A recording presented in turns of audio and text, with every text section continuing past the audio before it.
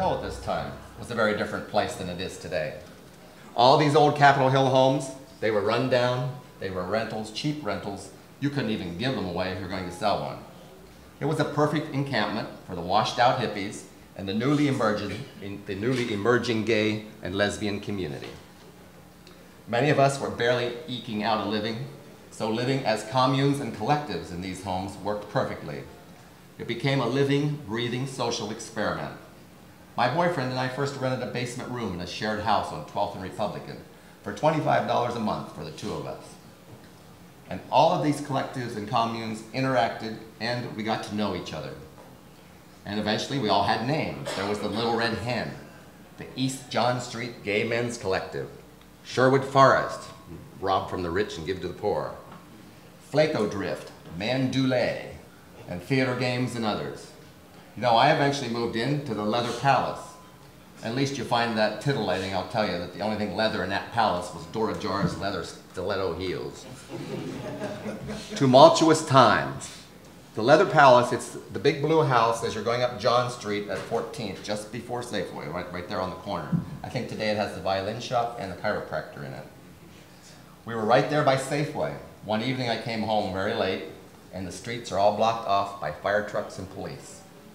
Across the street from us, an activist had just accidentally blown himself up, planting a bomb at the closed Safeway that evening to protest that they were carrying boycotted lettuce from the non-union fields that Cesar Chavez in California was trying to organize.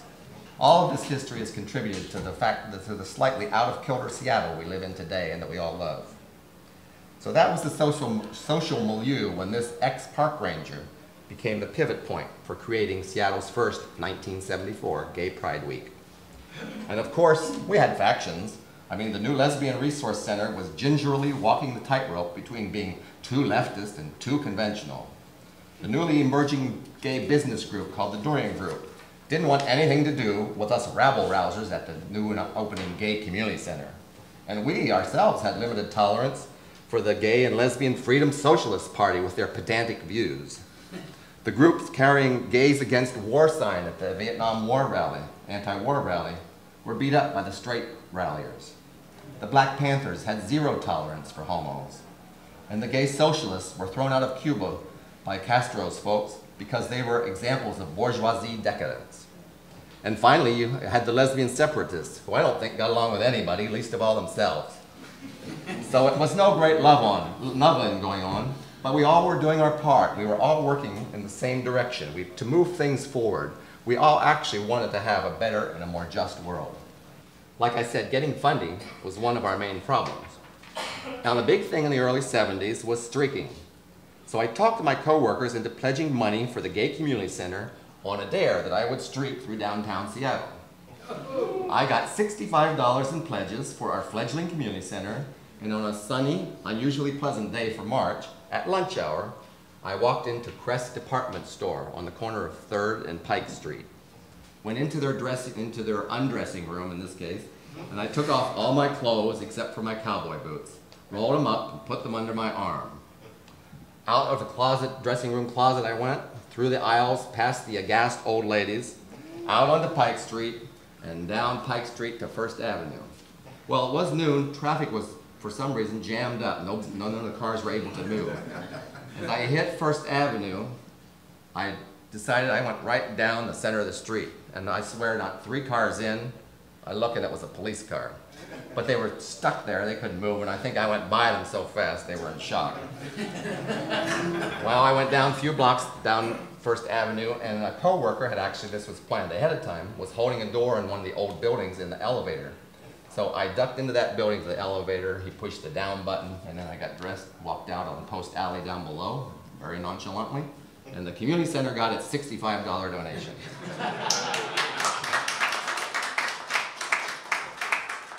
So it's May. We called a meeting at Volunteer Park for anyone interested in helping pull together a Seattle Gay Pride Week. And from that meeting, I typed up a list of 20 people who had signed up and given their phone numbers. A significant number of them were from the gay student group.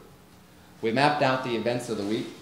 Some of them were minor events, some not. The poster notes in a couple of spots, childcare is provided. You know, we men were in a predominantly male organizing group.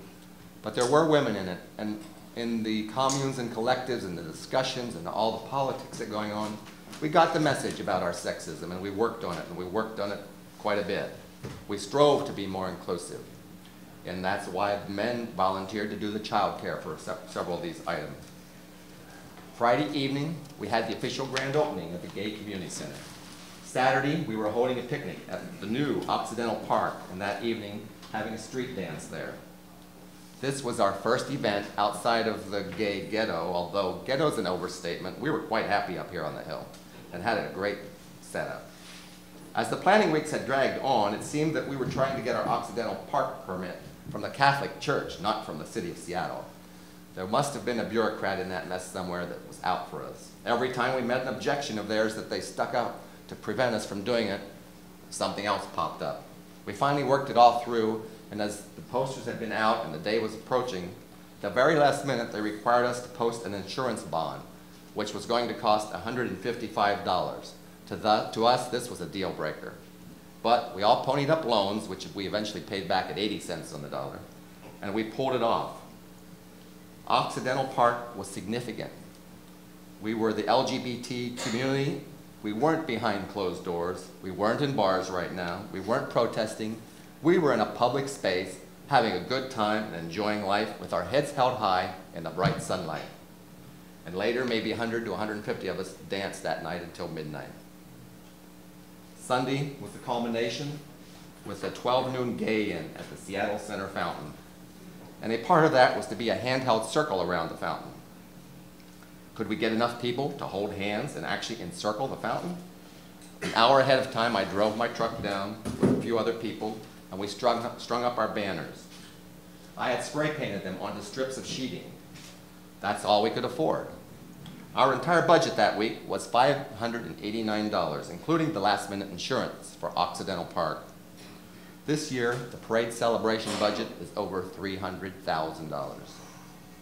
My truck is parked, the signs are up, and now we wait to see who shows up. Now, in defense of my outfit,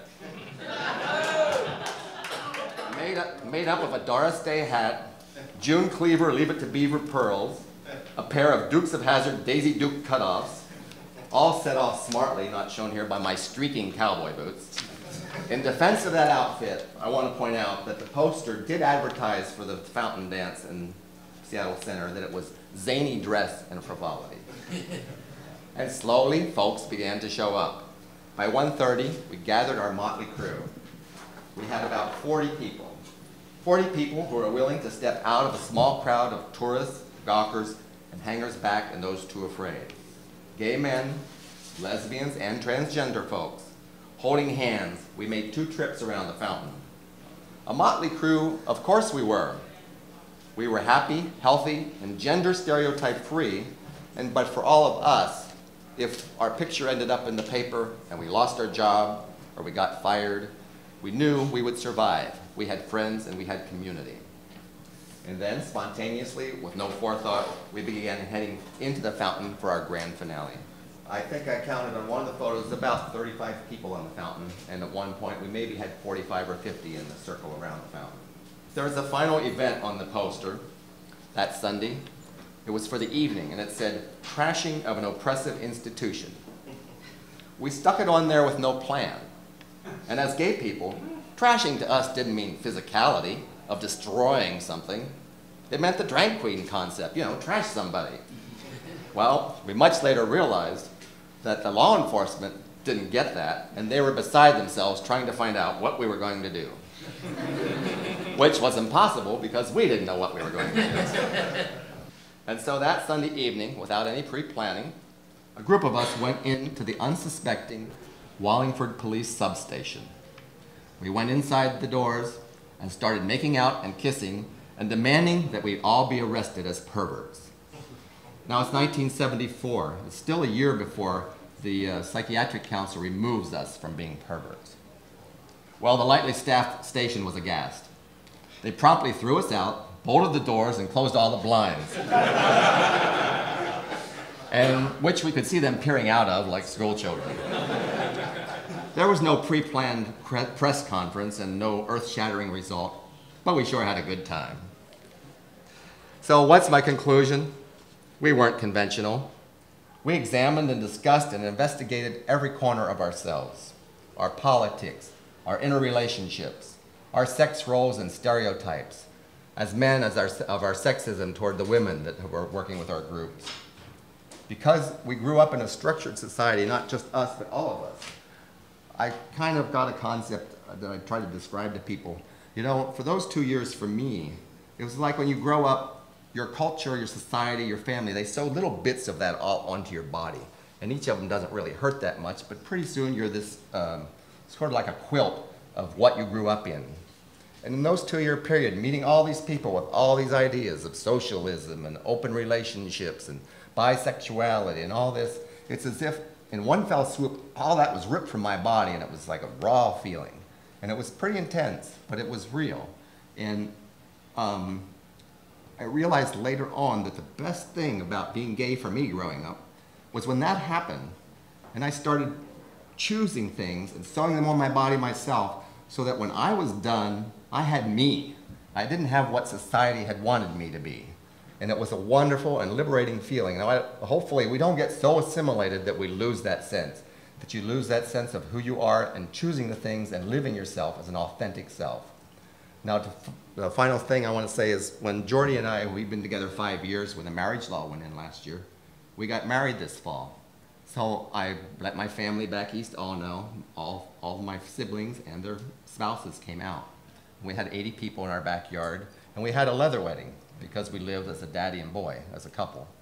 And they sort of knew that, but they didn't really. Well, the year before, we traveled with my brother and his wife, and we'd had some deep conversation, but my brother said, you know what?